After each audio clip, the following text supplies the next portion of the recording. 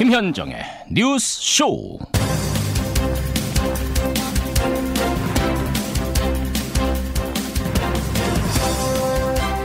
애청자 여러분 안녕하십니까. 미세먼지 나쁨, 초미세먼지 나쁨, 제주와 남부 일부를 제외하고는 전국의 공기가 나쁩니다. 수도권은 오전 한때 매우 나쁨까지 올라가고요. 내일 오후 이 미세먼지들을 밀어낸다고 하네요.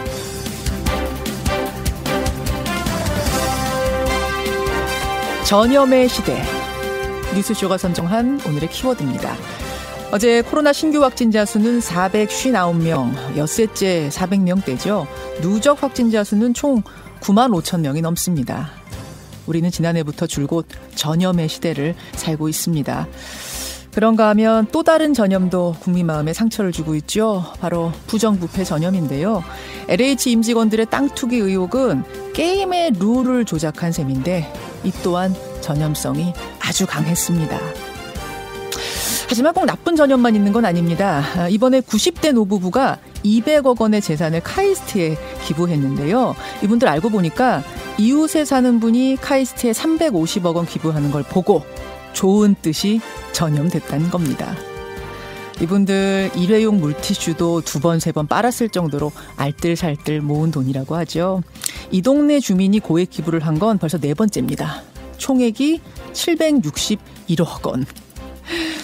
예, 비록 전염의 시대에 살고 있지만 이렇게 좋은 전염도 있다는 건 그나마 큰 위로가 되는 아침입니다.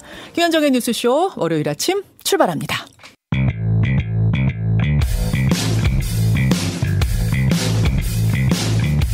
오늘 아침 뉴스 연구소. 오늘 아침 뉴스의 맥을 짚어드리는 시간 뉴스연구소. 오늘도 두 분의 연구위원 나오셨어요. CBS 김정훈 기자, 뉴스톱 김준일 대표 어서 오십시오. 안녕하세요. 예, 오늘 아침 첫 번째로 살펴볼 연구과제는 뭔가요? 설상가상으로 치닫는 LH 땅 투기 의혹 짚어봐야 되겠죠. 예. 우선 지난 금요일 전 LH 전북 본부장이 투신한 데 이어서 토요일에는 LH 파주사업본부 그 간부도 스스로 목숨을 끊었습니다. 네. 경찰은 두 사람이 제기된 투기 의혹과 연관이 있는지 그 사실관계를 확인 중이고요. 그런 가운데 정세균 국무총리는 어제 앞으로 LH 임직원에 대해서는 실사용 목적 외에 토지 취득을 금지하는 한편 임직원의 토지 거래를 상시적으로 관리하는 그 시스템도 마련하겠다고 밝혔습니다. 손은 잃었어도 외양간은 고치겠다는 게 이 총리의 각오입니다. 네. 아울러 정부 합동특별수사본부는 투기 의심자 조사 대상을 국토교통부와 LH 직원에 이어서 그 가족과 친인척까지로 확대할 방침입니다. 그래요. 김준일 대표. 예. LH 임직원 그러니까 지금 두 사람이 스스로 목숨을 끊은 거죠? 예. 예. 이 상황들 어떻게 지금 보고 계세요? 일단 아직 확정할 수는 없지만은 뭔가 책임감을 느끼고 이제 극단적 선택을 한 것으로 보이고 이게 더 있으면 안 될 것 같은데 좀 안타깝고요. 일단은 네. 네. 지금 전방위적으로 조사와 수사가 이뤄지는 것에 대해서 상당히 부담감을 느꼈겠죠. 그래서 정부도 어찌됐든 지금 대책을 쏟아내고 있고 김정은 기자가 설명을 했듯이 아예 실사용 목적 외에 토지 취득을 금지하는 것까지 네. 이거는 어떻게 보면은 약간 법 위반, 헌법 위반 논란도 있거든요. 그러니까 그럼에도 불구하고 이 정도 이제 강수를 쏟아내고 있다라고 보면 될 것 같고 네. 여당에서는 지금 특검 얘기까지 나왔어요. 그렇죠. 특검하자라고 했고 그러니까 박영선 후보가 그거를 처음 제안을 했고 김태년 원내대표가 받았어요. 받았고. 그래서 이제 특검이 당론이 된 상황이고 그 외에 이해충돌 방지법, 공직자윤리법, 공공주택특별법 이런 것들을 다 손보겠다. 지금 한 상황이에요. 지금 주호영 원내대표는 이게 이제 국민의힘의 당론인지 주호영 원내대표만의 생각인지 모르겠습니다만 지금 특검은 아니다 이쪽인 거죠. 그러니까 국민의힘은 한마디로 얘기하면 검찰 수사를 해라. 특검 하려면은 아무리 짧아도 한 달에서 2달인데 그러면은 이거 어떻게 하느냐. 시간 끌기만 하는 거 아니냐. 시간 끌기 하고 증거 인멸할 시간만 주는 거 아니냐. 검찰이 이거 잘하니까 검찰 수사를 해라라고 이제 주장을 하는 것이고요. 그러니까 정부나 여당이 대책을 쏟아낸 것을 보면은 네. 이게 지금 얼마나 급한가를 좀 알 수가 있어요. 다만 이제 전체적으로 좀 스텝이 다 꼬였습니다. 이게 선거 때문에 좀 영향을 받았는데 왜냐하면은 이제 처음에 이제 논란이 됐던 거는 검찰이 합동수사본부에 참여를 하느냐 마느냐 그 얘기였잖아요. 그렇죠. 근데 정부 여당에서 그러니까 여당에서 이제 특검 카드를 꺼냈어요. 근데 특검 같은 경우는 일반적으로 지금까지 보면은 야당에서 검찰 수사, 경찰 수사 못 믿겠다라고 꺼내는 게 일반적이었어요. 그렇죠. 근데 그걸 여당에서 꺼냈어요. 그럼 그 얘기는 경찰에 지금 국수본, 국가수사본부의 수사 못 믿겠다라는 시그널이거든요. 얘기 돼버리는 거예요. 근데 그러면은 검찰을 처음부터 검찰 불러다가 수사를 시켜야지 왜 그건 또 안 했느냐 이런 논리로 지금 귀결이 되니까 이것도 약간 스텝이 좀 꼬였다라고 볼 수도 있고 그리고 뭐 변창흠 장관이 사의를 표명해서 네. 이제 수용을 했는데 네. 조건부로 또 했거든요.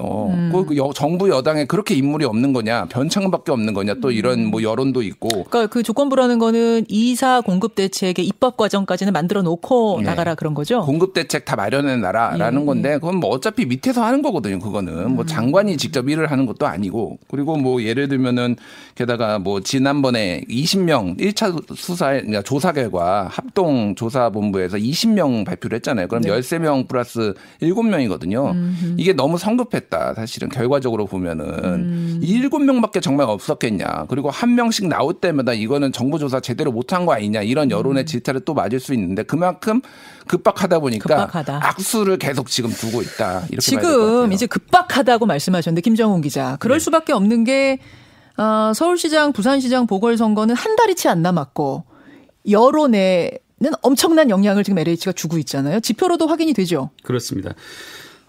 지금 STI가 12일부터 13일까지 서울시민 1000명을 대상으로 진행한 여론조사 결과가 있었는데요. LH 파문의 서울시장 선거 영향력을 묻는 질문에 응답자의 75.4%가 영향을 미칠 것이다. 이렇게 답을 했습니다. 영향을 미치지 않을 것이라는 응답이 22.4% 수준에 머물렀습니다. 나아가 문 대통령이 국민에게 사과할 필요가 있는지 묻는 질문에는 응답자의 61.5%가 대통령이 사과할 필요가 있다. 이렇게 응답을 했네요. 말씀하신 것처럼 김주일 대표가 말씀하신 것처럼 지금 총체적으로 좀 난국인데 어디서 어떻게 좀 수습을 해야 될지도 지금 정부 여당이 헤매고 있을 텐데요. 뭐 변창흠 장관 사퇴도 빨리빨리 경질을 해서 후임자를 세우고는 싶겠지만은 지금 이런 판에 1년짜리 장관 그것도 청문회를 통해서 취임할 장관이 임기가 1년도 안 되는 그런 장관을 누가 또 덜컥 올 것이냐. 사람 구하는 게 쉽지 않아요. 사람 구하는 것도 쉽지가 않아 보여요. 저는 좀 이런 국면에서 좀 한 가지 좀 아쉬운 거는 지금 정부 역량이 지금 총동원돼 있지 않습니까? 뭐 김주일 대표가 말한 것처럼 정부 역량이 총동원됐는데 한 가지 빠진 것이 검찰이에요. 모든 그 정부 기능이 동원됐는데 검찰 한 곳이 빠졌는데 물론 뭐 검찰 수사 대상이 6대 범죄로 한정이 돼 있기 때문에 이것을 관여할 수 없다라는 얘기도 있지만은 사실 해석의 그 여지를 좀 넓히거나 아니면 시행령을 좀 고치거나 하는 방법이 없진 않거든요. 어떻게든 이 국면에서도 검찰 이슈를 놓지 않겠다라는 그런 의지도 좀 보이는 것 같아요. 이를테면 추미애 전 법무장관은 부동산 시장의 부패, 그 사정이 제대로 되지 못한 데는 검찰의 책임이 가장 크다. 이렇게 논의를 옮겨 붙이고 있어요. SNS를 주말 사이에 올렸죠. 그렇습니다.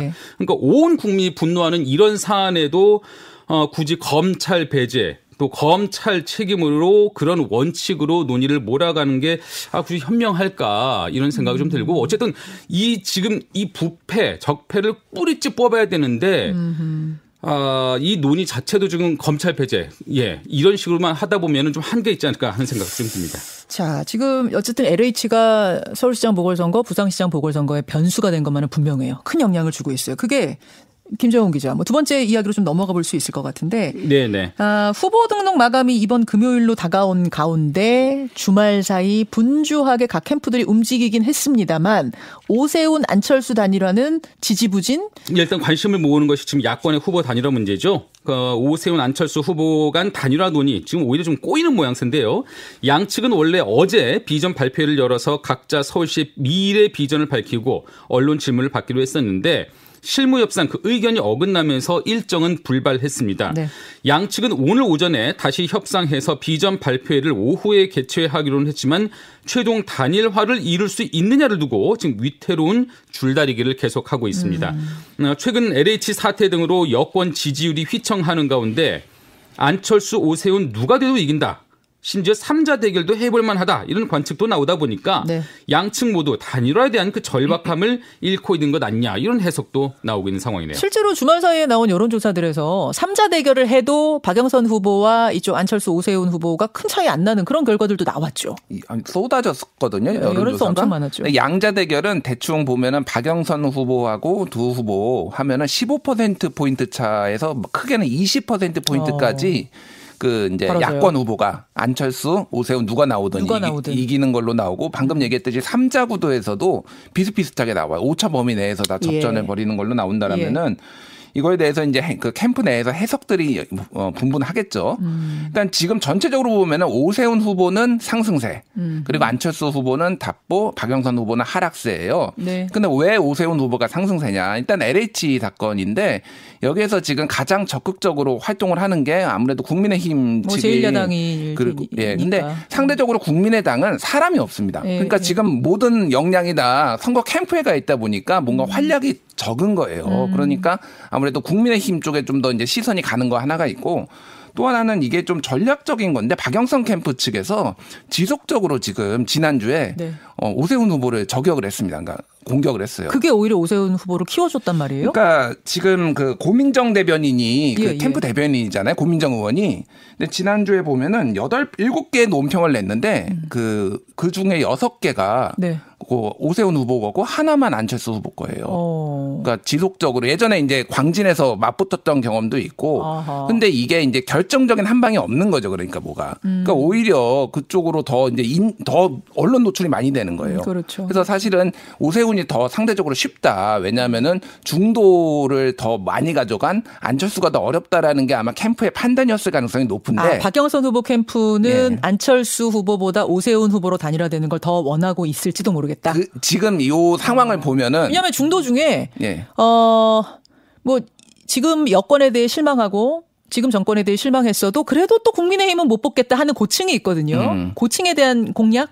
예. 그러니까 그래서 이제 오히려 오세훈 후보를 집중적으로 공격을 했는데 이게 오세훈 후보가 여러 이유로 이건 더 급등을 하면서 지금 상황은 여론조사를 보면은 경쟁력으로 물어봐도 박빙이에요. 0.1%포인트 차까지 난 거밖에. 적합도로 물어봐도 경쟁력으로 물어봐도. 안철수 오세훈. 그러니까 거의 박빙이 됐다. 그러면 이렇게 되면 오히려 더 단일화가 어려워지는 거예요. 양쪽 다 해볼 만한 싸움이라고 생각하니까. 아하. 김정은 기자. 근데 뭐 제가 뭐 위태로운 줄다리기라고 표현을 했지만 사실 저는 뭐 개인적으로는 성사 가능성이 조금 더 크다고 봅니다. 단일화요? 예. 뭐 지금 여론조사 방식도 일단 100% 시민 여론조사를 하기로 이렇게 사실상 합의를 했거든요. 네. 문항 정도만 남은 상황이에요. 문항 정도만 남은 상황이지만 문항이 그게 제일 문제 아니에요? 제일 민감한 거 아니에요? 민감하지만은 어쨌든 저는 뭐 7분음선, 8분음선까지 다 왔다 이런 생각을 하는데 뭐 이를 두고 어느 한쪽이 판을 깨기는 어려울 겁니다. 만약 그렇다면 그 사람이 이제 앞으로는 적어도 야권에서는 얼씬도 못하게 될 그런 상황인 것 같고요.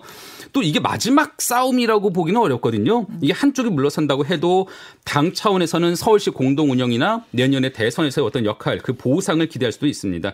이게 16일부터 17일까지가 여론조사 기간이에요. 이틀. 그러자면 내일까지는 구체적인 여론조사 방안이 확정이 돼야 되는데. 그러네. 오늘이 벌써 15일이네요. 그렇습니다. 그것을 위한 지금 막판 진통이 아닐까 이런 생각이 듭니다. 그래요. 어제 저희가 양쪽 캠프 다 연락을 해봤는데 그 캠프의 공식적인 얘기는 잘 되고 있습니다. 였어요. 이 얘기는 오늘 2부에 7선 클래스에서 좀 더 해보기로 하고 세 번째 주제 넘어가죠. 새로운 대북 정책을 설계 중인 미국 바이든 행정부가 2월 중순 이후 여러 채널을 통해서 북한과의 접촉을 시도한 것으로 알려졌습니다. 바이든 행정부가 물밑 접촉을 북한과. 그렇습니다. 예. 미 정부 고위 관리를 이용한 외신 보도에 따르면요. 바이든 정부 측은 UN 주재 북한 대표부 등을 비롯해서 여러 채널에서 북한과 막후 접촉을 시도했습니다. 그러나 현재까지 북한은 어떤 답도 내놓지 않고 있다고 하네요. 앞서 성김 미 국무부 동아태 차관부 대행은 바이든 행정부의 대북 정책 검토가 수주일 내에 완료될 것이다 이렇게 언급을 했거든요. 네. 그런 가운데 북한과의 접촉을 시도한 것은 어떻게든 새로운 대화 테이블에 북한을 불러내기 위한 그런 차원이기도 하고 한편으로는 북한의 긴장 고조 움직임을 사전에 방지하기 위한 그런 차원으로도 읽힙니다. 저는 두 가지가 궁금해요. 이 뉴스 듣고. 하나는 왜 물밑 접촉했을까? 지금 이제 그거 하나와 또 하나는 그걸 또 공개를 했단 말입니다. 왜일까? 어때요? 일단 출범한 지 벌써 이제 만 2달 됐잖아요. 네. 그러면은 이제 공식적으로는 아니더라도 물밑 접촉을 할 만한 타이밍이죠. 왜냐하면은 대북 정책을 지금 전체적으로 이제 세워야 되는 상황이에요. 미국도. 그러면은 이제 북한이 어떤 의중이 있느냐라고 해서 이제 충분히 해볼 만한 상황이었고 네. 이거를 왜 밝혔느냐? 그러면은 지금 내일 모레죠. 이틀 뒤에 국무부 장관하고 국방부 장관, 미국 국무부 국방부 장관이 와가지고 한국에서 지금 회담을 합니다. 맞아요. 2+2. 맞아요. 이게 지금 굉장히 중요한 문제예요. 왜냐하면 여기에서 전체적으로 동아시아 정세와 그리고 대북 정책에 대해서 조율을 하는 거예요. 근데 이제 지금 상황 보면은 왜 공개를 했느냐라고 하면은 한국에서는 이제 한반도 평화 프로세스를 위해서 대북 제재 완화 뭐 이런 것들을 얘기를 할 것인데 미국은 아직은 좀 강경한 상황이거든요. 그러면 야 우리가 북한한테 이런 거 제안했는데 쟤들 아무 대답이 없어. 지금 우리가 이거 해줄 만한 상황 아니잖아. 이렇게 지금 나온다는. 우리도 해볼 만큼 해봤어. 예, 우리도 예. 분위기 다 파악해 왔어. 그렇죠. 그런 것들을 겸사겸사 봐서 이렇게 지금 공개를 한 것이에요. 그래서 지금 여러 지금 이제 뭐 지난 12일에는 쿼드라고 네. 미국, 일본, 인도, 호주, 그러니까 아시아 태평양 네. 4개국이 이제 화상 정상회의를 했는데 거기에서도 대북 이 북핵 비핵화 문제가 굉장히 중요하다라고 얘기가 나왔고요. 네. 전체적으로 이제 동맹 국가들하고 같이 논의를 할 것이다라고 한다라면은 지금 일본도 방문하거든요. 이 미국 국무부하고 국방부 장관이 그렇죠. 그렇다라면은 이거는 굉장히 중요한 한 주가 될 것이다. 북미 관계, 북미 관계. 또 우리와 미국과의 관계, 거기다 일본까지 굉장히 중요한 한 주 외교적으로 요거 짚어드립니다. 두 분 수고하셨습니다. 감사합니다. 근데 농지 불법 취득의 원자는 저는 문재인 대통령 부부라. 근데 왜 하필 농지를 사셨냐 이거. 대통령 흠집 내기로 선거에 득보려는 것은 전형적인 정치 공세자, 정략적인 행위다. BH도 결국 LH와 다르지 않다는 소문이 굳어질 것입니다. 자, LH 직원들의 투기 의혹이 일파만파 커지고 있는 가운데 문재인 대통령의 사저를 둘러싼 논란이 주말 사이에 또 큰 화제였습니다. 상황은 이렇게 전개가 된 겁니다. 대통령이 퇴임 후 양산에 사저 짓기 위해서 3,860제곱미터 땅을 샀는데요. 그중에 두 필지, 이게 이제 평수로는 한 566평이라는데 그게 농지였던 겁니다. 아시다시피 농지는 농사 짓는 사람만 살 수 있죠. 그래서 농업계획서를 들여다보니까 영농경력 11년 이렇게 적혀 있었던 거죠. 일단 이게 허위 기재 아니냐 이런 문제 제기가 야당에서 나온 겁니다. 또 하나는 집을 짓기 위해서 농지를 대지로 형질 변경을 했는데 농지가 대지가 되면 땅값이 오른다. 이게 LH 직원들 수법과 뭐가 다르냐 이런 문제 제기도 나온 겁니다. 이러한 야당의 지적이 이어지자 문재인 대통령이 지난 금요일에 SNS에다 글을 올렸습니다. 선거 시기라 이해하지만 그 정도 하시지요. 좀스럽고 민망한 일입니다. 이렇게 시작이 되는 SNS. 지금 저희가 유튜브와 레인보우 앱을 통해서 그 SNS를 캡처해서 보내드리고 있는데요. 굉장히 강한 어조로 비판을 한 겁니다. 그러자 또 그 SNS 글을 두고 찬반이 나뉘었는데 그 SNS 글 밑으로 무려 19,000개. 제가 방송 들어오기 직전에 확인해 보니까 19,000개의 댓글이 달렸더라고요. 자, 그동안 어떻게 진행이 된 일이고 사실관계는 어떻게 되는지 이 문제를 가장 잘 알고 계시는 분에게 질문을 해야 될 것 같습니다. 이분을 섭외했어요. 청와대 대통령 비서실 노영민 전 비서실장 연결이 돼 있습니다. 노 전 실장님 안녕하세요. 네, 안녕하세요. 예. 그러니까 노 실장님이 청와대 계실 때 문 대통령 부부가 그 사저 땅을 구입하신 거죠? 네, 그렇습니다. 그러시죠. 그래서 누구보다 그 상황들 잘 알고 계실 텐데 우선 그 얘기하기 전에 지금 사저를 둘러싸고 돌아가고 있는 상황은 어떻게 보고 계십니까? 네, 취득 과정에 어떤 의혹도 없습니다. 모든 것은 법에 따라 진행되었고요. 이미 사실관계에 대해서 확인이 끝난 사안입니다. 지금 상황은 야당이 보궐선거를 앞두고 정치적 이득을 취할 목적으로 대통령을 흠집 내려는 시도일 뿐이라고 생각하고 있습니다. 자, 그러면은 구입 과정을 누구보다 잘 아시는 분이니까 시중의 의문들에 대해서 제가 직접 좀 질문을 드릴게요. 직접 답을 해 주십시오, 실장님. 네. 지금 야당이 주로 지적하는 건 문재인 대통령의 농사 경력 11년 요 부분인데요. 네. 국회의원, 야당 대표, 대통령 이렇게 쭉 지내시면서 어떻게 농사를 지었느냐. 이거 허위로 기재한 거 아니냐. 이런 지적입니다. 어떻습니까? 전혀 허위 기재가 아닙니다. 그리고 허위 기재에 이익이 없기 때문에 허지 규제를 할 이유도 없습니다. 이 질문은 두 가지 중요한 사실을 간과하거나 오해하고 있습니다. 예. 첫째는 대통령님의 농사 경력이라는 것은 네. 전업농이거나 판매 목적의 영농이 아닙니다. 그리고 농사 경력이라는 것은 농지 취득의 전제 조건이 아닙니다. 농사 경력이 없어도 네. 농지의 취득이 가능합니다. 농사 경력이 없는데 농지 취득이 가능한 경우는 이제 농업을 경영하겠다. 내가 경영하겠다. 그 의지를 밝히면 되죠. 미래 경영이죠. 예. 미래 영농을 위해서 취득이 가능합니다. 예. 다시 말해서 과거의 농사 경력은 농지 취득에 아무런 지장이 되지 않는다는 겁니다. 그 말씀은 굳이 허위 기재를 할 이유가 없었다 그 말씀이세요? 그렇습니다. 허위 기재에 이익이 없습니다. 그리고 영농이라는 것은 네. 전업농의 여부, 규모의 크고 작음, 그리고 영농의 목적 이런 모든 것들은 고려 대상이 아닙니다. 네. 11년을 짓긴 지으셨어요? 그건 어떻게 되는 거예요? 아니, 양산, 사저 가보신 분들은 예. 대통령님 집 입구의 밭이라든지 그거 다 압니다. 그러면 거기에 밭에 짓는 게 영농이지, 그럼 뭡니까? 그건 모르는 사람 없습니다. 말하자면은, 뭐 가면 모르는 상황. 다만 규모가, 네. 규모가 일반 농민의 그런 어떤 판매를 목적으로, 영리를 목적으로 하는 규모가 되지 않는다는 것 뿐이지, 그리고 그것은 농지 취득의 조건이 아닙니다. 네. 또 하나는 형질 변경에 대한 건데요.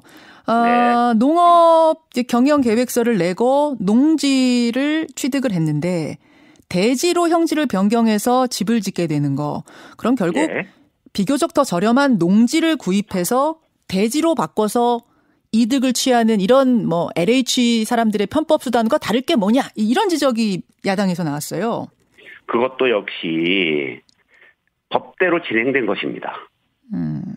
현재는 원래 양산자택을 원래 퇴임 이후에 그대로 이용하려고 했습니다만 예. 경호처에서 예. 여러 가지 사유로 불가하다고 판단을 했습니다. 어허. 기존 사저가 경호상 취약점이 많고 경호시설 건립 부지도 극히 제한적이었습니다. 예. 그래서 부득이하게 이전할 수밖에 없었고 경호 여건, 거주 여건, 매입 여건 등을 종합적으로 고려해서 현재 땅을 매입한 것이고요. 그 땅에는 여러 가지 경호 목적의 토지가 포함되어 있고요. 그리고 그 정도 규모의 대지라는 것은 네. 대지로 형질이 되어 있는 것은 현실적으로 거의 존재하지 않습니다. 좀 1000평이 넘죠, 이게. 예. 그런 대지가 어디 있겠습니까? 결국은 매입한 농지 중에서 일부 부분이 형질 변경을 통해서 대지로 전환되는 것은 합법적인 프로세스입니다. 지금 3,860제곱미터. 이거 평으로 하면은 한 1,000 몇 평쯤 되는 건 1,300평 되는 건가요? 한 1,100평 될 1,100평쯤 됩니까? 예. 그러니까 1,100평 가운데 566평이 농지였던 건데 조금 안타까워하는 분들은 이런 말씀하세요. 아니 어차피 사저 짓기 위한 땅 사는 거였는데 애초에 일부 농지 끼지 말고 전체를 대지로 좀 구입하셨으면 어땠을까? 그럼 괜히 이런 시비도 말리지 않았을 텐데 이런 얘기 하는데요. 전체 대지로 그만한 평수가 존재하지가 않습니다. 거의 현실적으로. 대통령님 사저에는 예. 다양한 것이 들어갑니다. 그렇죠. 예. 주거 공간만 들어가는 게 아닙니다. 예, 주차장을 비롯해서 경호 시설을 위한 또 여러 가지가 들어갑니다. 이제 그런데 과연 그런 규모의 대지가 농지를 끼지 않고 존재합니까? 예. 시골에? 아무튼 지금 이제 농지가 끼어져 있는데 농사를 짓진 않으시는 거 아니냐. 그러니 이게 편법 아니냐. 이제 이런 지적이 나오는 건데. 아닙니다. 그렇지 않습니다. 농지 중에서 농지 전체를 전용하는 것이 아니고 네. 농지 중에 일부의 전용은 네. 법에 의해서 허용이 된 것입니다. 알겠습니다. 아무튼 이런 논란이 계속 나오자 문재인 대통령께서 SNS에 직접 입장을 밝히셨어요. 지금 저희가 SNS 글을 여러분들께 유튜브와 레인보우로 띄워서 보내드리고 있는데요. 이렇게 썼습니다. 선거식이라 이해하지만 그 정도 하시지요. 좀스럽고 민망한 일입니다. 대통령 돈으로 땅을 사서 건축하지만 경호시설과 결합되기 때문에 대통령은 살기만 할 뿐 처분할 수도 없는 땅이지요. 노무현 전 대통령의 봉화사절을 보면 알 수 있지 않나요? 모든 절차는 법대로 진행하고 있습니다. 이런 글을 직접 올리신 겁니다. 문재인 대통령이 사실은 스타일상 그동안 자신에 관련된 일들을 막 SNS에 쓰고 그런 스타일이 아니시잖아요. 네. 예. 근데 이렇게 나서서 강한 톤으로 비판을 하신 적이 없었던 것 같은데 이번에 이렇게 이 일에 특히 더 나서시게 된 배경은 뭐라고 생각하세요? 그럼 뭐 얼마나 어처구니가 없으면 대통령께서 그러셨겠습니까? 그 선거를 앞두고 그 무책임한 정치 공세에 대해서 자제해 달라라는 인간적인 호소다라고 생각을 하고 있습니다. 혹시 이제 노무현 전 대통령이 봉화사저로 뭐 야당이나 언론에서 아방궁이다 해서 이제 비판도 많이 당했고 그 논란을 떠올리셨던 걸까요, 문 대통령이? 글쎄요, 그 매년 수많은 국민들께서 봉화마을을 다녀가지 않습니까? 예. 그 중에서 봉화사절을 아방궁이라고 생각하는 사람이 한 명이라도 있나요? 그런데 노무현 대통령의 봉화사저와 관련돼서 아방궁이라고 그 난리를 쳤던 야당은 아직 사과 한마디 없습니다. 정치적 이득을 톡톡히 봤다고 생각했기 때문에 문 대통령께 다시 같은 프레임을 씌우고 있는 거지요. 정말 해도 너무한 거 아닙니까? 일종의 그런 그러니 이제 아무리 선거를 앞두고 있지만 그런 무책임한 정치 공세는 자제해 달라 그런 인간적인 호소라고 봅니다. 네. 일종의 아방궁 논란 때 트라우마 같은 게 좀 작동해서 글까지 쓰게 되신 거라고 보세요? 그렇죠. 당시에 그 아방궁이라고 그 난리 쳤던 사람들 다 어디 갔습니까? 지금 또 그러는 거 아니겠어요? 알겠습니다. 근데 그 당시에 사과한 사람이 한 명은 딱 있었습니다.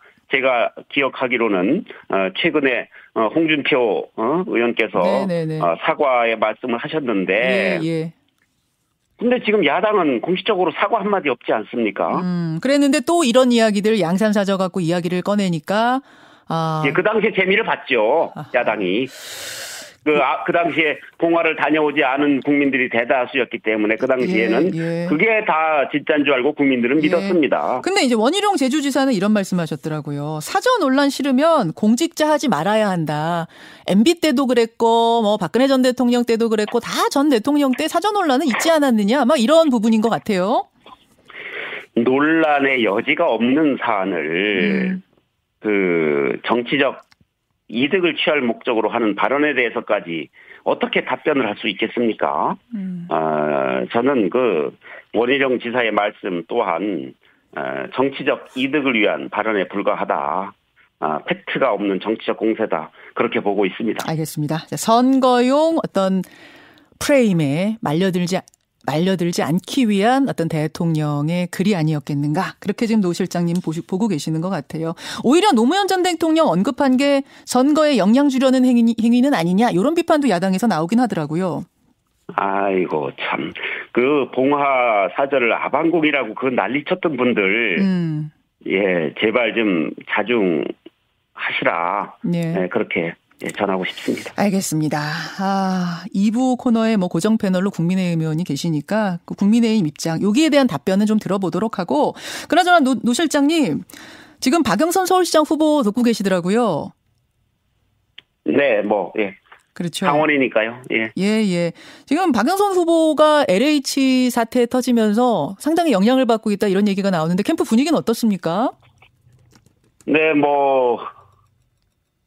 철저하고 신속한 조사와 수사 그리고 재발 방지를 위한 대책의 마련을 통해서 어느 정도 국민들의 납득할 수준의 그런 제도화가 이루어진다면 전화 위복의 계기가 될 수도 있다 그렇게 보고 있습니다. 예, 여기까지 일단 말씀 듣죠. 노 실장님 고맙습니다. 네, 감사합니다. 전 대통령 비서실장 노영민 전 실장이었습니다.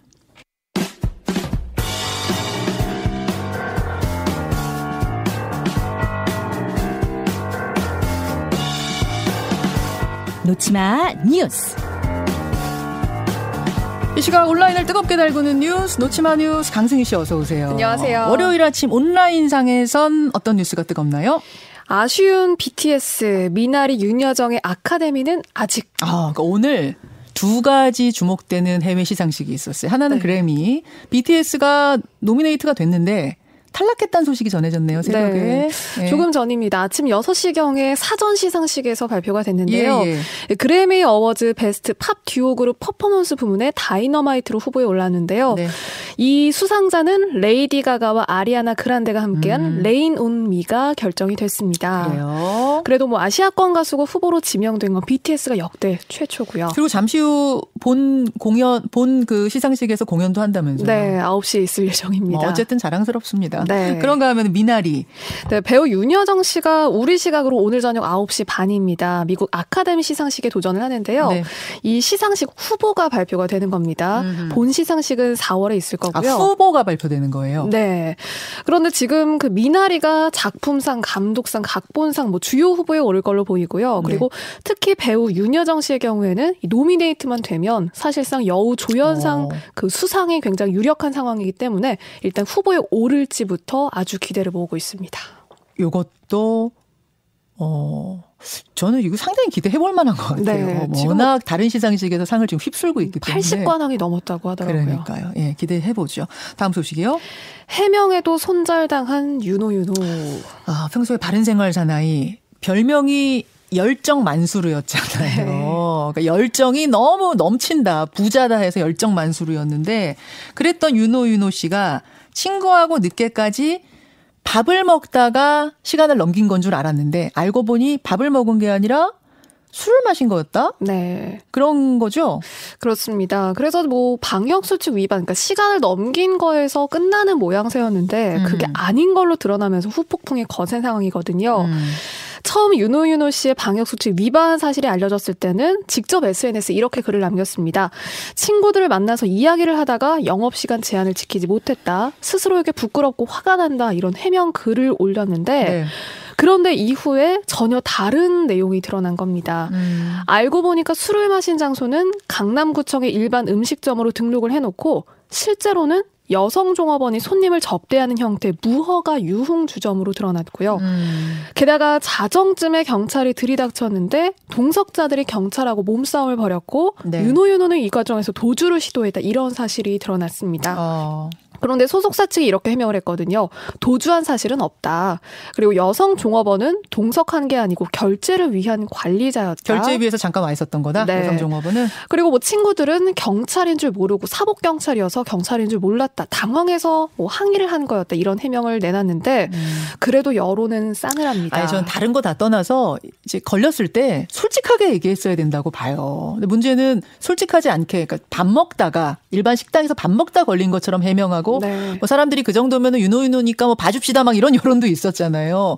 이렇게 해서 그냥 넘어가려고 했던 거, 그 부분이 제일 문제였던 것 같아요. 직접 해명을 내놨던 거예요. 광고계 퇴출당하고 있는 분위기라면서요. 네, 지금 뭐 사진 대부분 내린 상태고요. 뭐 모든 게 사실이라면 평소 이미지랑 다른 모습 때문에 좀 실망이다 이런 반응들 많습니다. 여기까지 보죠. 수고하셨습니다. 고맙습니다.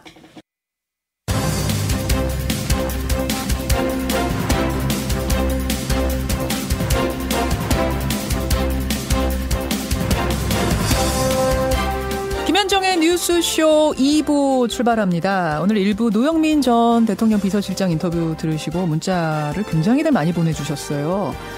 2458님은 사저 지을 땅 1100평을 대지만으로 구하기는 어려웠을 거고 그래서 농지가 일부 거기서 끼어든 거다. 근데 투기를 하려는 게 아닌 게 분명하지 않느냐. 근데 그걸 가지고 왜 이렇게 시비를 거는가 이런 문자신 것 같아요.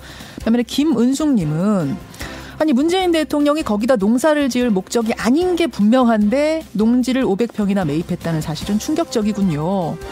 사저 규모를 차라리 줄여서 지었다면 농지 포함하지 않고서도 사저를 지을 수 있었지 않을까요? 왜 꼭 크게 지으려만 했는지요? 이렇게 문자를 주셨습니다. 김브랜드님, LH 직원들이 나무 심고 영농계획서 내서 농지 매입한 거랑 도대체 뭐가 다릅니까? 하신 분이 계시고 지나가는 나그네님은 아니 LH 직원들은 개발될 곳을 미리 알고 땅을 산 게 문제죠. 대통령이야 이거 마음대로 팔 수도 없는 사전대 투기에 비교하는 건 억지입니다. 자, 이런 문자들 들어오고 있습니다. 보내주시고요. 오늘 2부 7선 클래스에서 노영민 전 실장 인터뷰를 들은 김기현 의원 국민의힘 쪽 반응 잠깐 듣고요. 그리고 서울시장 보궐선거, 부산시장 보궐선거 얼마 남지 않았습니다. 특히 서울시장 보궐선거 판이 많이 술렁이고 있습니다. 여기에 대한 양측의 얘기 듣기로 하죠. 지금 사회면의 가장 큰 뉴스는 뭐니 해도 구미 3세 여아 사망 사건입니다. 주말에 한 방송사에서 이 어린이 얼굴을 공개하면서 안타까운 여론이 더 커졌는데요. 지금까지 풀리지 않는 미스터리들이 있습니다. 그리고 이 미스터리들은 그냥 어떤 신기하고 자극적인 사안들이 아니라 굉장히 큰 범죄의 그림을 그릴 수 있는 그런 부분들입니다. 그래서요, 저희가 오늘 이 부분 전문가와 함께 좀 짚어보려고 합니다. 도대체 이 사건은 어디까지 연결돼 있는 건지, 아주 또 새로운 종류의 아동학대인데 우리가 어떤 부분에 초점을 둬야 하는 건지 생각해보죠. 그리고 시사평론가 민동기 씨의 주간 시사 기상도까지 50원의 단문, 100원의 장문 유료 문자 샵 1212 레인보우 유튜브 열어놓고 출발합니다.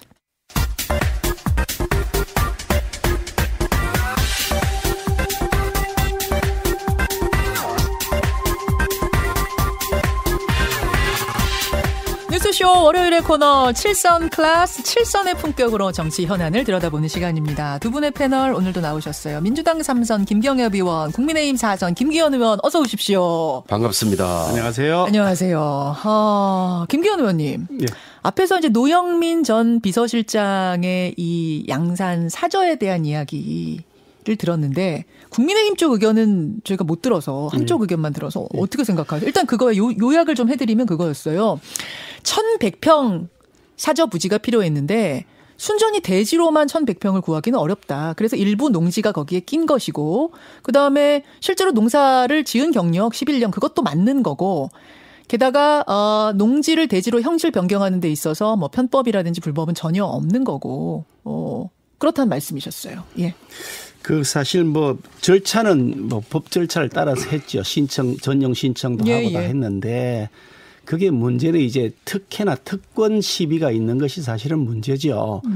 대통령 뭐 전직 대통령 여기 퇴직하신 분들이 이제 나가서 어떻게 사저를 마련하는 데 있어서 뭐 필요하다 그러면 농지 전용도 할 수 있겠죠. 그거 무조건 안 된다 할 일은 아니라고 생각하는데요. 그러면 그런 상황을 양해를 구하고 이렇게 됐으니까 라고 말씀하셔야지 거기에 대해서 처분할 수도 없는 땅이다. 개인 소유인데 왜 처분할 수 없습니까? 처분할 수 있는 땅이거든요. 대통령 본인 스스로 처분할 수 없는 땅이라고 가짜뉴스를 말씀하셨고 그걸 그 정도 하시지요. 좀스럽고 민망한 일입니다. 이렇게 말씀할 일은 아니라는 거죠. 왜냐하면 그 당시에 이게 작년 5월 달에 낸 서류인데요. 네. 농지 취득 자격 증명 신청서를 제가 봤습니다. 여기 봤더니 저 화면으로 좀 보여주세요. 예. 직접 들고 오셨네요. 취득 목적이라는 난이 이렇게 있는데 취득 목적에 보면 농업 경영난이 있고 주말 체험 영역난이 있고 농지 전용난이 이렇게 네 가지 난이 있는데요. 예. 만약에 그렇다면 취득할 때 농지 전용이라고 여기에 동그라미를 치셔야 되는데 여기다가 농업 경영이라고 동그라미를 쳐놨습니다. 그러니까 농지 전용할 목적이 아니라 처음부터 농업 경영하겠다고 본인 스스로 이렇게 신청서를 내놓은 거죠. 이거 허위 신고죠. 그러니까 농지 전용 목적으로 사신 거잖아요. 원래 거기다 건물 지으시려고 한 거고 실제로 취득하고 난 다음에 8개월 만에 농지 전용이 다 끝이 났고요. 자료를 보니까 이게 그 당시 구입할 때 아마 평당 한 105만 원 정도 치였다고 하는 것 같은데 이게 전용이 되고 나면 최소한 한 3배 이상은 뛸 거란 말이죠. 네. 그러니까 일반인들 경우에는 사실 상상하기 어려운 겁니다. 농업 사자마자 8개월 만에 덜커덕 이렇게 전용한다는 것이 그렇게 될 것 같으면 뭐 농지와 다 전용 신청하면 다 허가해 줄 거냐는 거죠. 그러니까 이게 법적으로 문제가 없더라도 누가 봐도 특혜다 그 말씀을 하시는 거예요. 그러니까 그런 상황이라고 양해를 구하는 것도 아니고 거기에 대해 문제 제기한다고 이거 좀스럽다 민망한 데 이렇게 말씀하시면 완전히 적반하장이다. 그러니까 차라리 1100평의 정도가 경호동도 필요한데 이리이리해서 이렇게 됐습니다라고 설명하고 사과를 구했으면 좋다 이 말씀이신 거예요. 그렇죠. 그뿐만 아니라 사실 대통령 주변에 지금 뭐 아드님의 문제, 따님 문제도 있고 또 뭐 처남도 문제가 있고 막 각종 부동산에서 많은 이익을 얻었다면 이런 뉴스도 계속 나고 있잖아요. 이런 마당에 LH 사태가 생기니 대통령도 이 부분에 대해서 문제가 있다고 지적하는 건데 거기에 대해서 죄송하다 양해를 구한다 이렇게 말씀하셔야 될 일을 도로 야단을 치시면 이거는 투기 목적이 아니니 이해해달라는 투기 목적 아니라는 것도 그렇게 말씀하실 수가 없는 것이 차익이 지금 생겼는데 아니라고 말씀하시니까. 자, 요거는 사실 김기현 의원 얘기 듣고 넘어가려고 그랬는데 김기현 의원이 저를 빤히 바라보고 계세요. 기회를 달라고. 자, 하시죠. 국민의힘은 항상 의혹만 제기하고 사실로 확인이 돼도 인정을 잘 안 해요. 이게 참 문제인데요. 지금 이미 이 문재인 대통령 사저 문제 작년 국정감사에서 국민의힘에서 문제 제기를 했고 샅샅이 다 파헤쳤습니다. 당시에 양산시 그 해당 지역 면장까지 국회 증인으로 출석을 시켜서 다 확인했어요. 그리고 나서 문제가 없었습니다. 그런데 지금 이미 지금 이번에 LH 사건이 터지니까 또 이 건과 연계해서 이걸 이제 문재인 대통령도 LH 사건과 똑같이 묶어가지고 이것을 이제 대통령을 공격하려고 하는 시도로 보이는데 실제로 LH 사건의 핵심은 공직자가 개발 정보를 이용해서 시세 차익을 누리기 위한 이 투기를 했다라는 의혹 아닙니까? 그러면 문제의 핵심은 문재인 대통령이 이 사저를 구입했던 지역이 그 공공개발지구인가?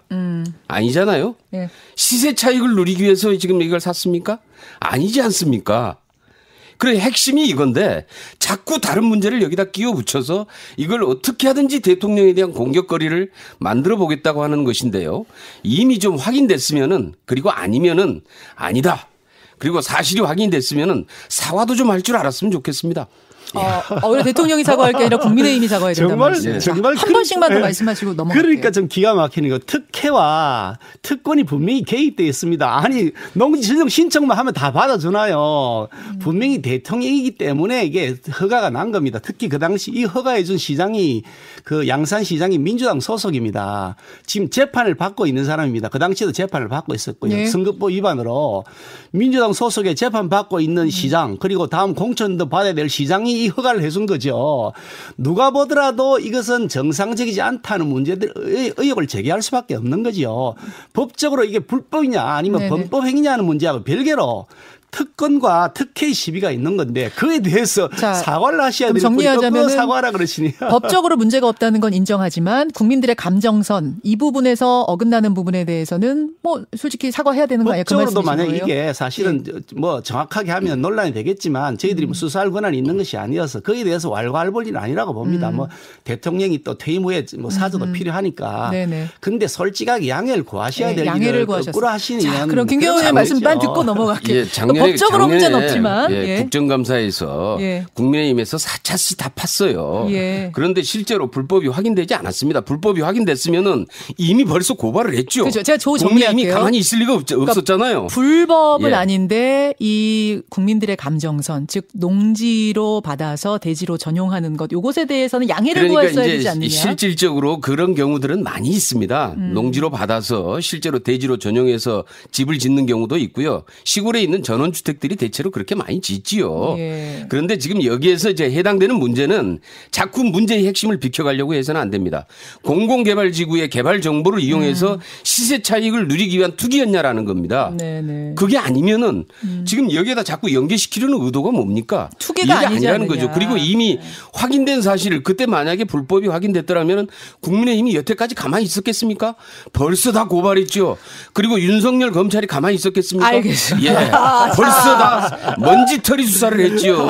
자, 보는 각도가 두 분이 이렇게 달라요. 다른데 아마 우리 국민들이 이해하셨을 겁니다. 정치자들이 이해하셨을 거라고 상황들 돌아가는 상황을 이해하셨을 거라고 보고 우리는 오늘의 본 주제로 좀 들어가겠습니다. 음성 잠시 듣고 오시죠. 공직을 이용한 부당한 이득 반드시 몰수하고 과거부터 우리 사회 관행처럼 이어온 투기의 고리 이번 기회에 완전히 절연해야 합니다. 이를 위해서 당에 제안합니다. 특검합시다. 국민들께서 더 신뢰하실 수 있다고 한다면 지금 박영선 후보가 제안을 한 특검도 진행해야 한다고 생각합니다. 특검을 피할 이유는 없지만은 우선 검찰을 중심으로 한 정부의 신속한 수사 이후에 특검을 논의할 문제다. 박영선 더불어민주당 서울시장 후보가 LH 특검을 제안합니다. 그게 금요일입니다. 그래서 더불어민주당 김태년 원내대표가 받았습니다. 국민의힘 주호영 원내대표는 피할 이유는 없지만 수사 먼저 하고 나서 해야 한다. 이런 약간 부정적인 입장을 표현하셨어요. 김경호 의원님, 그 특검 제안을 받아들인다, 필요하다고 보시는 거예요? 지금 문제는 지금 정부 합동수사단 그리고 지금 정부 합동조사단까지 해서 지금 현재 770명의 규모로 대규모로 지금 해서 조사와 수사를 진행을 하고 있습니다. 네. 그런데 이 부분에 대해서 지금 야당에서 자꾸 문제를 제기하니까 그러면은 좋다. 그럼 특검이라도 해서 샅샅이 한번 파보자. 그래서 이번 기회에 완전히 뿌리를 뽑자. 지금 이런 의지를 지금 밝힌 것인데요. 문제는 지금 이런 투기가 사실은 굉장히 오래된 적폐 아닙니까? 그렇죠. 지금 문제는 지금 그 일기 신도시 할 때 봤더니 투기 1만 3천 명이 적발이 됐어요. 그리고 987명이 입건이 됐고 이 중에 공직자가 131명이 있더라고요. 네. 그러니까 이제 이게 굉장히 오래된 적폐인데 이런 것들을 포함해서 저는 이 투기뿐만 아니라 인허가 과정의 비리 이런 것들까지 지금 이제 2차 적폐 청산에 시동을 걸어야 된다. 이렇게 생각을 하고요. 그것이 바로 지금 이번에 이것이 계기다라고 생각을 합니다. 그래서 철저하게 뿌리를 뽑는 게 맞다.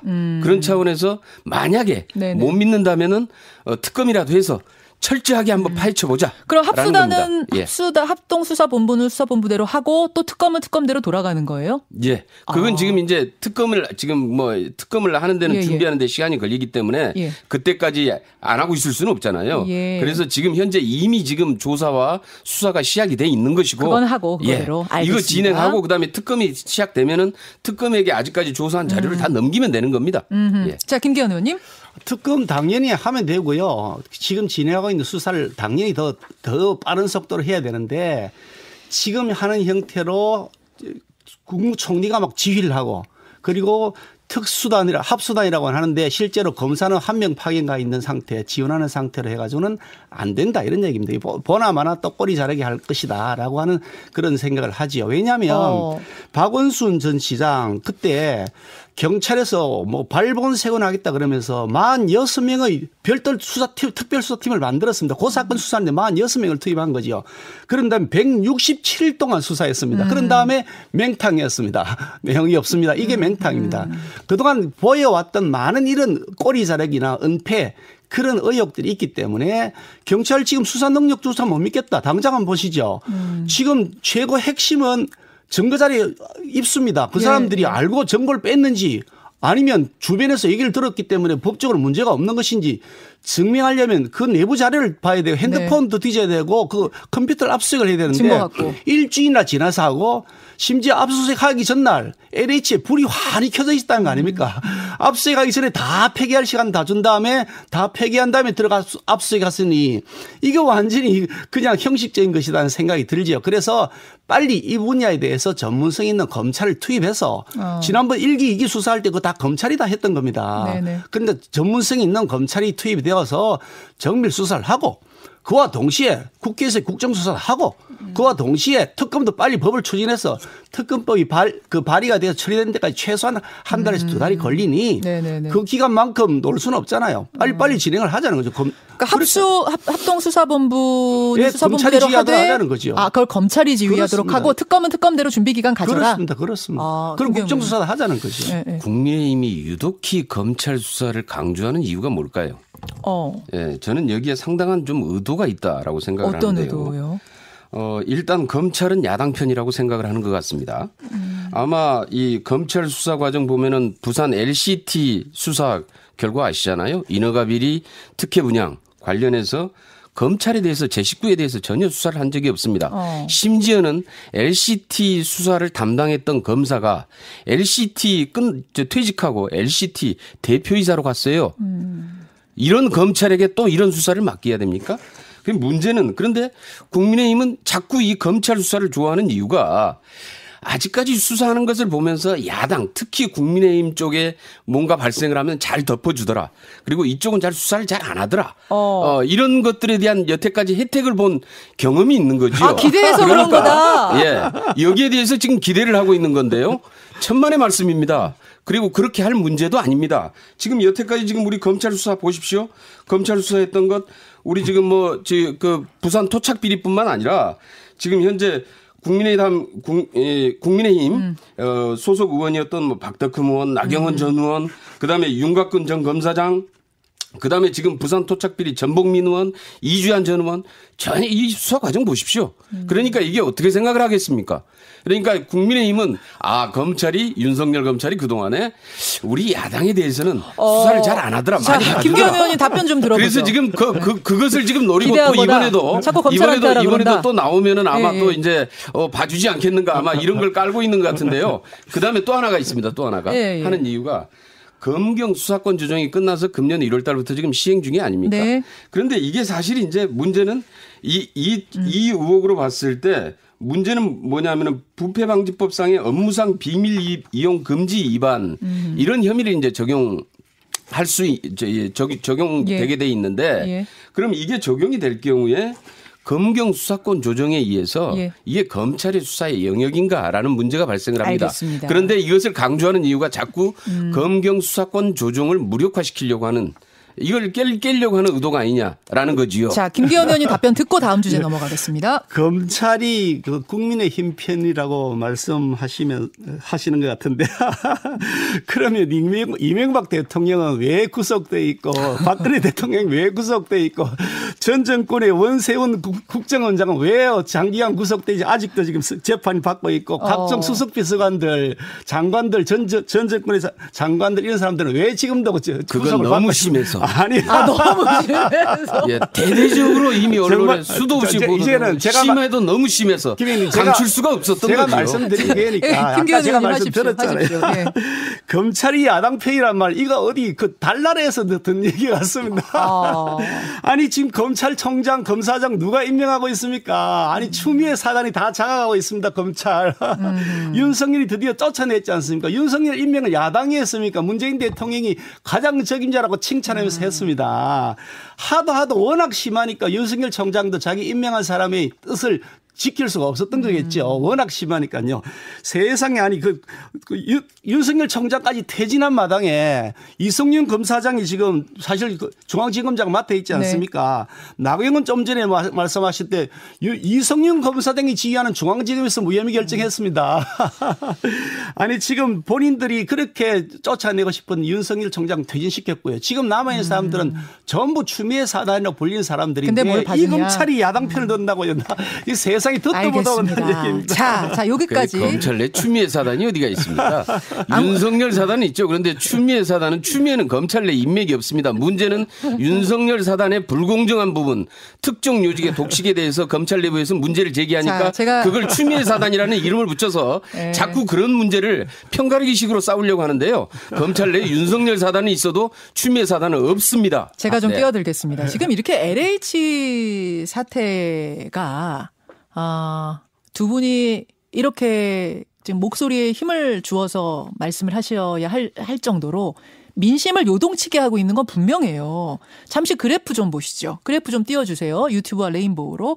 이게 지난 토요일에 실시한 여론조사입니다. 머니투데이 의뢰로 미래한국연구소가 시행한 조사인데 문재인 대통령 국정수행에 대해 어떻게 평가하십니까? 라는 질문에 부정평가가 61.7%, 긍정평가가 35%.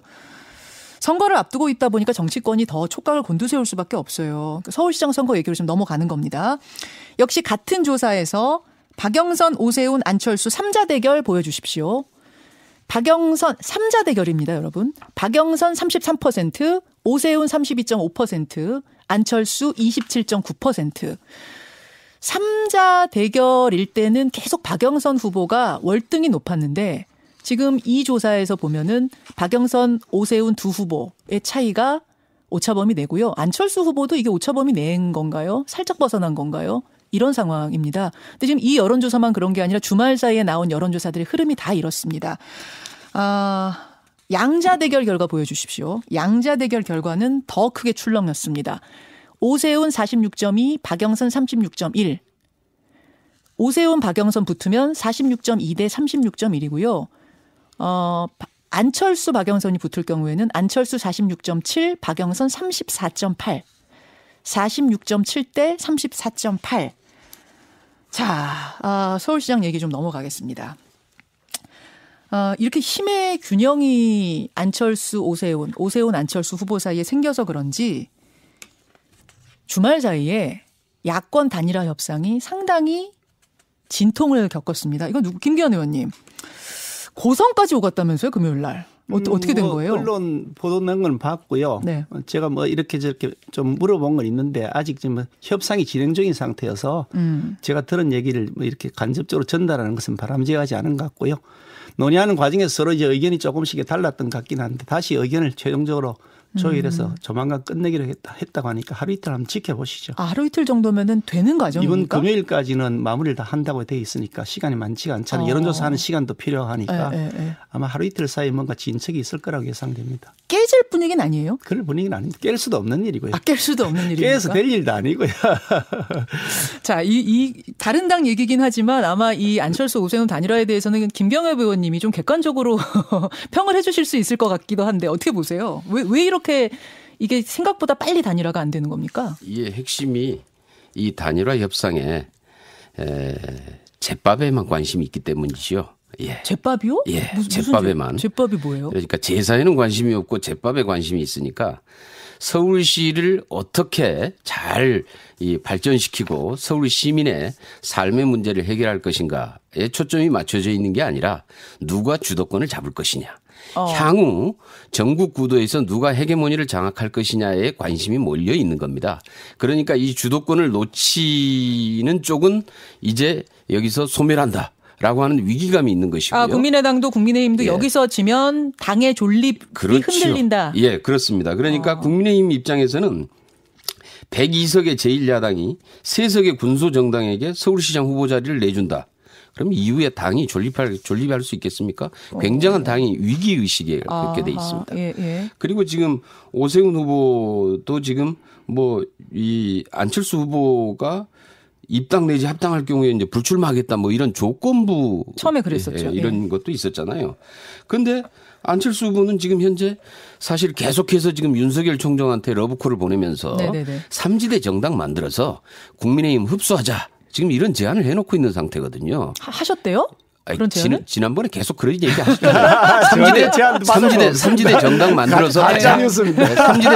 아니, 거기에 이제 국민의힘을 흡수하자라는 얘기는 없었는데 3지대 정당을 만들자라고 하는 얘기는 그 얘기는 무슨 얘기입니까?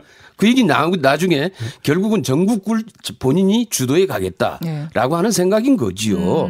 그리고 이런 지금 계획을 가지고 있는데 이후에 그러니까 주도권 계획을 가지고 있는데 이게 지금 단일화가 쉽게 될 리 없다라는 거죠. 이게 저는 제밥이라고 표현을 하고 있는 겁니다. 자, 향후의 주도권 싸움. 우리 당이 여기서 만약 단일화에 실패하면 사라질 수도 있다라는 양쪽 다 절박하다. 엄청 절박하다. 김기현 의원님 동의하세요? 지금 여당이 아마 지금 그냥 다급한 나머지 희망이 굉장히 커지고 있는 것 같습니다. 야당이 깨지기를 바라는 희망이요. 네, 다급 좀 전에 절실한 건 맞지 않아요? 제밥에 관심이 있다 그러셨는데 그러면 선거할 필요가 없죠. 선거가 다 제밥에 관심 있는 사람들이 선거하는 거 아닌가요? 그렇게 따진다면.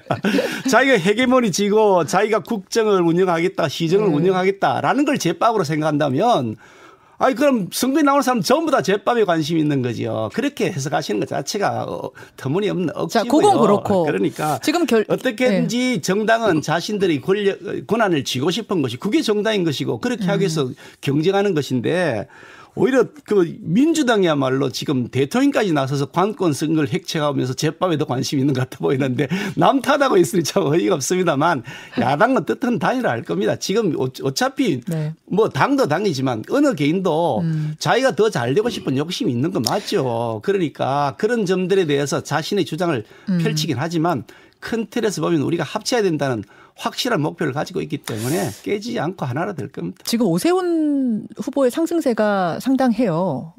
왜냐하면 전에 뭐 사자 대결할 때 그때 지지율하고 비교해 보면 상당히 올라갔는데 그 바람의 원인은 뭐라고 보세요? 아마 그런 거 아닐까 싶어요. 선거는 단기 필마로 되는 것이 아니다. 혼자의 힘으로 되는 것이 아니고 역시 토대가 있는 조직이나 세력이 있어야 되는데 그런 면에서 보면 정당의 배경을 가지고 있는 아무래도 우리 국민의 힘이 좀 더 유력한 거 아닌가. 시민들 입장에서 봤을 때는 그쪽이 당선 가능성이 높다고 보시는 것이 아닌가 하는 생각이 들고요. 서울시장을 또 2번이나 했던 경험이 있기 때문에 1년 정도 남은 요 기간 동안 다시 뭐 수습하듯이 시장을 할 수 없지 않느냐라는 것도 있을 수 있을 거고요.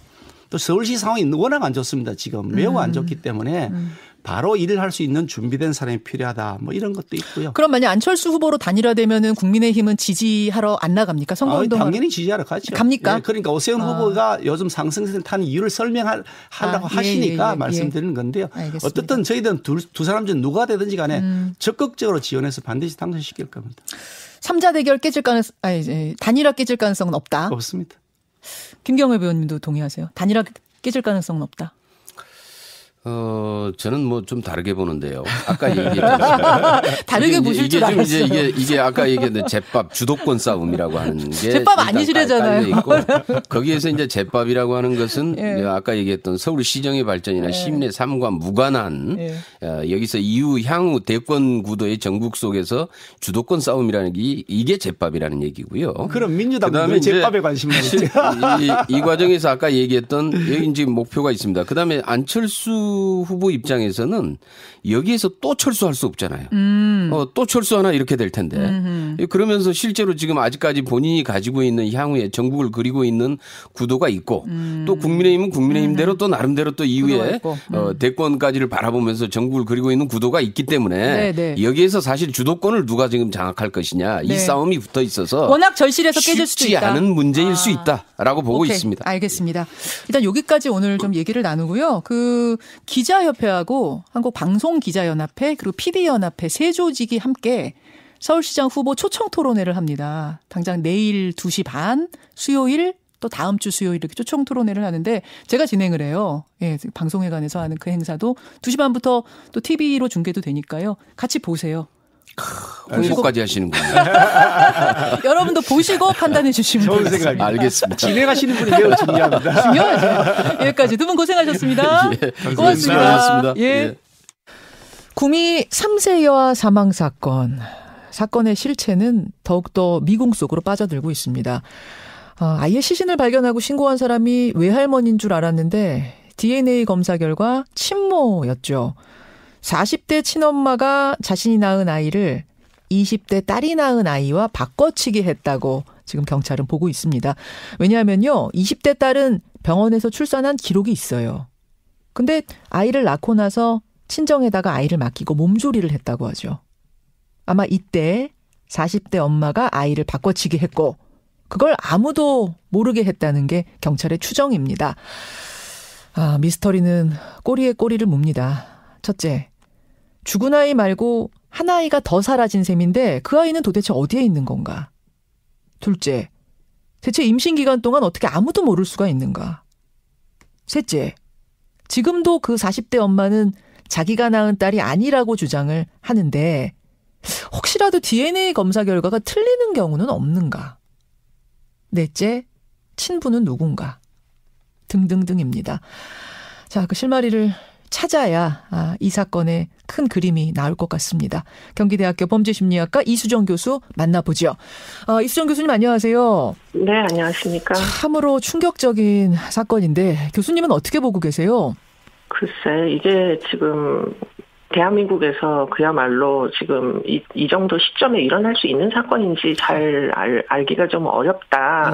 예. 아이가 둘이었는데 하나가 사라진다는 게 제일 이해가 안 되고요. 그렇죠. 대부분 다 병원에서 출산을 하는데 이 아이는 지금 병원 기록이 없는 아이가 하나 있다는 거잖아요. 맞습니다. 이런 형태의 출산의 과정은 사실 70년대 이후에 대한민국에서 사라진 거 아닌가 이런 생각을 했는데 지금 이번 사건을 보니까 지금 굉장히 특이한 생활 방식이었다 이런 생각들이 들어가지고 결국은 그런 부분을 지금 해결을 해야 이 사건이 좀 줄기가 잡히지 않겠나 그런 생각이 듭니다. 그러니까 아동학대 사건 참 우리가 여러 가지들을 목격해 왔습니다만 이런 형태는 또 처음이라서 더 우리가 주목해서 사건을 들여다보고 있는 건데요. 네. DNA 검사 결과 지금 4번 했다고 그러거든요. 4번 다 부모 자식 간으로 나왔다고 그러는데 이게 그렇게 했는데 틀릴 수는 없는 거죠? 없는 거죠. 한 번만 하더라도 일단은 오류율이 거의 제로에 가깝습니다. 0.0000 뭐 이렇게 나가기 때문에 거의 99.9999%가 사실은 정확한 건데 그걸 4번씩이나 하면 틀림없이 석씨가 엄마는 맞다 이렇게 얘기를 해야 되겠죠. 근데 지금 이 사람들이 진짜 틀린 거 아니야? 이렇게 얘기하는 사람들은 왜 그런 얘기를 하냐면 임신을 몇 달 동안 하고 있는데 같이 사는 남편이 그걸 모를 수가 있느냐. 지금 남편은 몰랐다는 거거든요. 그러다 보니까 혹시 DNA가 틀린 거 아니야 뭐 이런 얘기를 하는 겁니다. 모를 수가 있나요? 그러니까 두 가지 가능성이 충돌하잖아요. 하나는 DNA가 틀렸다는 거고 다른 하나는 이제 현재 남편이 몰랐다는 주장인데 네네. 앞쪽 주장은 있을 수가 없는 얘기니까 그럼 의문을 가져야 될 건 두 번째 전제다. 예컨대 동거남이 모를 수 있느냐. 뭐 임신이라는 게 한 달만 하고 또 출산을 하는 게 아니잖아요. 그렇죠. 그렇기 때문에 신체적인 변화 뭐 여러 가지 변화에도 불구하고 임신한 사실을 끝까지 몰랐다는 게 지금 말이 되느냐. 결국은 DNA 검사가 확실하다면 동거남은 임신 출산을 알고 있어야 되는데 모른다고 잡아뛰는 이유가 뭐냐. 지금 그 석 씨 40대 여성 석 씨의 남편이 모른다고 하는 건 거짓말일 가능성이 크다고 보세요, 교수님? 전 굉장히 가능성이 크다고 봅니다. 그 애가 이제 3살이었다는 거잖아요. 그 두 분이 그 함께 산 시간이 2년 이내라면 모르겠는데요.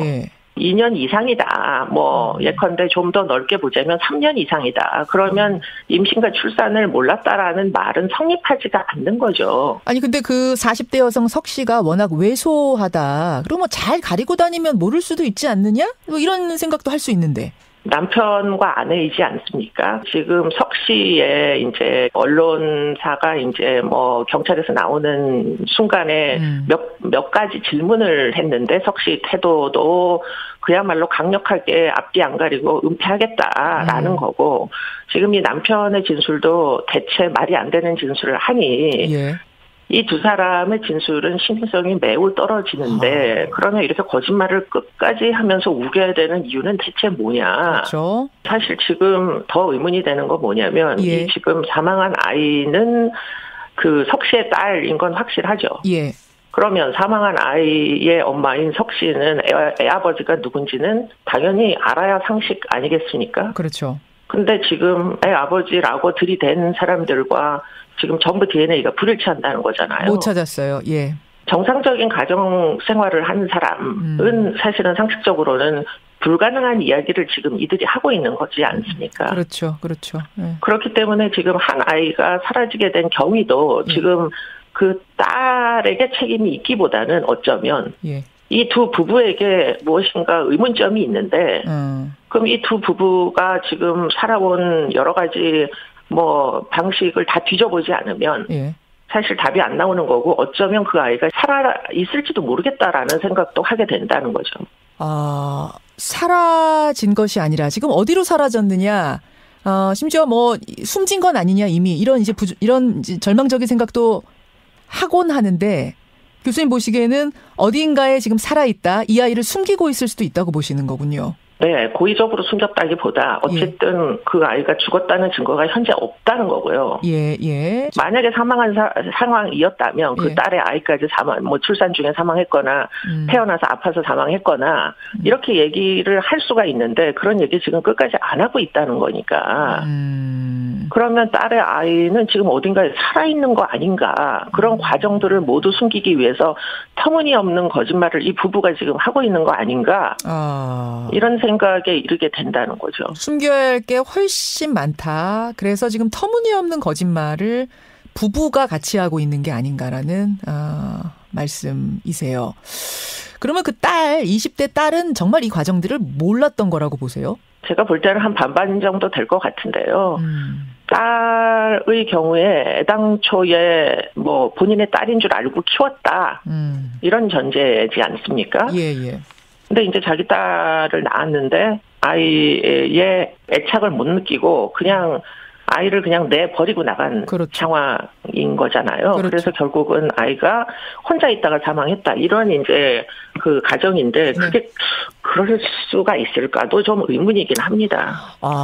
그거보다는 애초에 자기 딸이 아니라는 걸 알고 키우다. 예. 그렇게 하면 이제 애착 관계가 형성이 되기가 어렵잖아요. 어렵죠. 정부 측이 어려우니까 그냥 뛰쳐나간 것이 아닌가 이런 생각까지 심지어 들 수가 있어가지고 그러면은 사실은 딸의 진술은 도대체 구체적 진술이 뭔가 그 대목도 굉장히 의문이 되긴 합니다. 뭐 본인의 딸인 줄 알았다 이런 주장인데 딸인 줄 알았으면 버리고 나가면 안 되는 일이었죠. 애당초에. 그 딸이 바꿔치기가 된 걸 알았든 몰랐든 이해가 안 가는 건 뭐냐면요. 네. 왜 바꿉니까?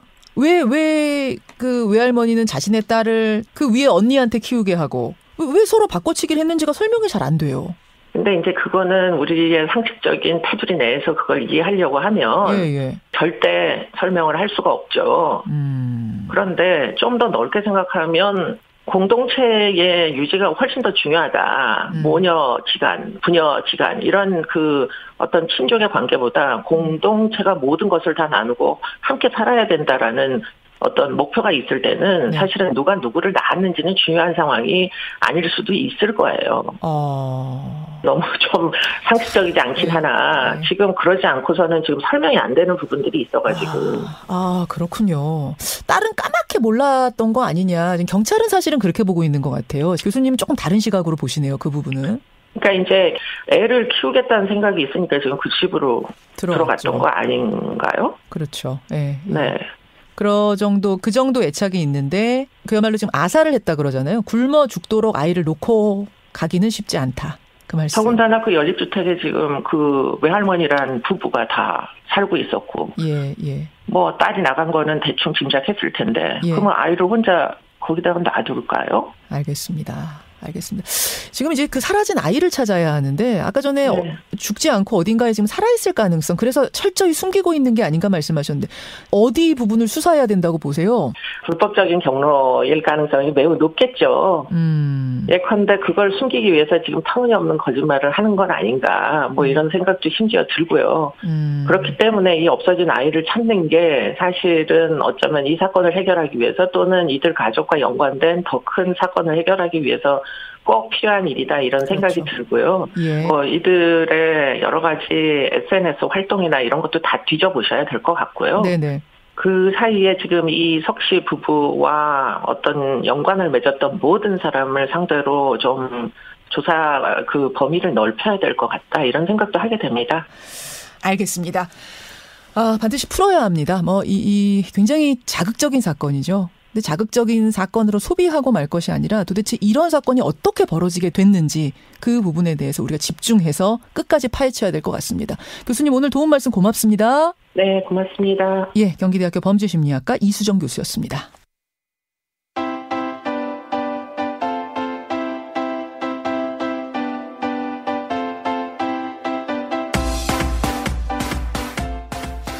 이번 주 시사 이슈들 미리 짚어보는 시간이죠. 주간 시사기상도 시사평론가 민동기 씨 어서 오세요. 안녕하십니까. 3월도 벌써 중순으로 접어들었네요. 이번 주도 스케줄들 빡빡합니까? 일단 정부가 오늘 오전 0시부터 28일 밤 12시까지 현행 사회적 거리두기 단계를 연장을 하기로 했습니다. 다만 조금 바뀌는 부분이 있는데요. 어떤 건가요? 상견례 등 가족 행사 있지 않습니까? 5인 이상 사적 모임 금지에서 예외로 일단 적용이 되고요. 상견례. 그렇습니다. 그리고 가족 총수가 8명을 넘어서는 안 되지만 성인이 4명을 넘어서도 안 되는데 일단은 가족 행사는 예외를 두기로 했다는 점. 요걸 좀 달라지는 그런 부분이고요. 또 하나는 목욕탕에서 사우나 한증막 찜질 시설 이용이 다시 가능해지게 됩니다. 이것도 좀 전제가 하나 있는데요. 밤 10시부터 다음날 오전 5시까지는 이용이 불가능합니다. 목욕장을? 그렇습니다. 그러니까 원래 목욕탕은 계속 했는데 다만 그 안에 한증막, 사우나실 이런 것만 닫아놓은 상태였는데 그걸 연단 얘기군요. 그렇습니다. 그리고 유흥시설 같은 경우에는요. 수도권은 밤 10시까지 운영시간 제한을 계속 유지를 하는데 비수도권은 타업종과의 형평성 등을 고려해서 운영시간 제한을 해제하기로 했습니다. 비수도권은? 그렇습니다. 유흥시설 시간 제한 없습니다. 그렇습니다. 그래요. 백신 접종 계획 2분기 거 발표됐죠. 오늘 이제 공식적으로 발표를 하는데요. 일단 2분기에는 만 65세 이상을 대상으로 접종이 시작이 된다고 보시면 될 것 같고요. 네네. 여기에 뭐 보건의료인, 그다음에 장애인 거주시설이라든가 노인들이 이용하는 복지시설에 종사하고 있는 그런 분들 있지 않습니까? 네. 90만 명 정도도 포함이 되고요. 그리고 해외 유입 변이 바이러스 확산을 막기 위해서 네. 항공승무원 2만여 명이 접종 대상에 포함이 될 가능성도 있습니다. 그렇습니다. 그리고 보건교사라든가 특수학교 교사도 2분기 접종 대상에 포함이 될 것으로 보입니다. 여러분 2분기라고 하면 봄철이라고 생각하시면 돼요. 예, 여름 전까지. 예. 야권 단일화 관련된 일정들 좀 보죠. 오세훈 국민의힘 서울시장 후보하고 안철수 국민의당 후보 비전 발표회가 어제 좀 우여곡절을 겪었는데 오늘 이제 열리게 됐고요. 네. 일단 각각 10분 내로 비전을 발표한 뒤에 약 30분 동안 기자단 질문을 받는 그런 형식입니다. 토론은 아닌 거예요? 토론이 아닙니다. 그리고 TV 토론하고 여론조사 등의 부분에 있어서는 아직 양쪽이 합의를 못했거든요. 그래서 단일화 향방은 조금 더 지켜봐야 할 것으로 보입니다. 그래요. 오늘 뭐 스케줄이 많네요. 오늘 또 봐야 될 거 있죠. 그래미 어워즈 많이 기대를 하셨을 텐데 새벽에 BTS가 일단 수상은 하지는 못했습니다만 공연을 할 수가 있으니까요. 그러니까 그 시상식 열리기 전에 사전 시상식이란 걸 합니다. 사전에 부문들 몇 가지는 발표를 해버리는 거군요. 그렇습니다. 주요 부문들은 발표를 하는데요. 네. 거기서 일단 발표가 됐는데 BTS는 탈락은 했습니다. 근데 또 하나 좀 좀 관심을 모으는 게 있는데요. 우리 시각으로 오늘 오후 9시 30분쯤에 네. 93회 아카데미 시상식 후보가 발표가 되거든요. 근데 미나리가 어떤 부문의 후보로 오를지가 굉장히 좀 관심이 집중이 되고 있습니다. 그렇죠. 근데 아카데미도 그렇고 그래미도 그렇고 참 보수적인 것 같아요. 그러니까 그래미 같은 경우에는 특히 백인하고요. 자국 내 출신 그 가수들에 대해서 조금 좀 너무 좀 배분을 많이 한다. 이런 비판을 계속 제기가 돼 왔었거든요. 로컬이에요, 로컬. 제가 봤을 때도 진짜 로컬인데 미국 중심주의가 강하게 좀 너무 강하게 좀 색채가 드러나는 그런 시상이거든요. 근데 기생충은 지난해에 넘었잖아요. 그렇습니다. 그 벽을. 그래서 올해도 하여튼 아카데미는 좀 기대를 해보는. 저는 미나리는 좀 기대를 하고 있습니다. 그래요. 보죠 한번. 또 있습니까? 월요일 일정? 국토교통부가 오늘 공동주택 공시가격을 발표를 하거든요. 관건은 올해부터 처음 공식 적용되는 공시가 현실화 로드맵인데요. 지난해 공시가를 시세 90% 수준으로 점진적으로 현실화하는 방안을 정부가 발표를 했는데 네. 아파트 같은 경우에는 가격대별로 5년에서 10년 내에 현실화율을 90% 완료하겠다는 게 정부의 방침입니다. 근데 지난해 아파트 현실화율이 69%거든요. 네. 또 올해는 한 2, 3%포인트 정도 오를 것으로 예상이 되고 있는데 이게 오른다는 얘기는 보유세와 같은 세금 부담이 오른다는 그런 얘기거든요. 그러네요. 적지 않은 또 논란이 좀 제기될 수도 있습니다. 그래요. 수요일로 넘어가 볼까요? 수요일에는 이 미 국무장관하고요, 미 국방장관이 한국을 방문을 하게 됩니다. 네. 한미 외교장관 그리고 국방장관 회담을 가질 예정인데, 근데 이것보다 더 관심을 모으는 게 목요일에 그 한미 외교 국방장관이 함께 참여하는 한미 외교 국방 2+2 장관회의가 개최가 될 예정이거든요. 근데 지금 주말 동안에 또 한 가지 좀 외신이 좀 전해졌던 게 미국이 북한을 그동안 물밑 접촉을 했는데 평양에서 답을 하지 않았다라는 그런 보도가 나오지 않았습니까? 공개를 했습니다. 이걸 왜 지금 시점에서 공개를 했을까? 우리 정부에 대한 압박용이다 이런 해석도 나오고 있기 때문에 이번 회담이 굉장히 중요한 것 같습니다. 여러분 수요일입니다. 수요일에 서울시장 보궐선거 여권 후보 확정되죠. 박영선 후보와 열린민주당 김진애 후보가 이제 두 차례 토론하고 그 서울시민하고 양당의 권리의결당원 5대5로 이제 여론조사를 하기로 방식에 합의하지 않았습니까? 네. 토론회가 한 번 있었고요. 오늘 2차 토론회가 열리고 내일과 내일 모레 이틀 동안 전화 여론조사를 실시해서 최종 후보를 결정을 하게 됩니다. 그렇죠. 수요일에 확정, 목요일로 넘어갑니다.